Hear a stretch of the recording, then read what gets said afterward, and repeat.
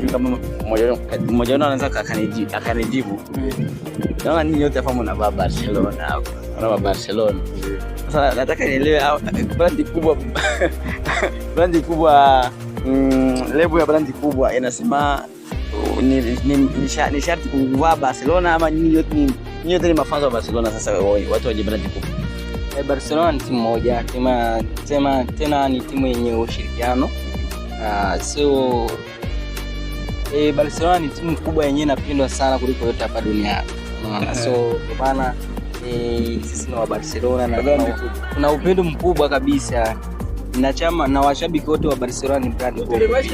Yaani sasa brand kubwa amwezi sign mtu wengine timu. Hapana.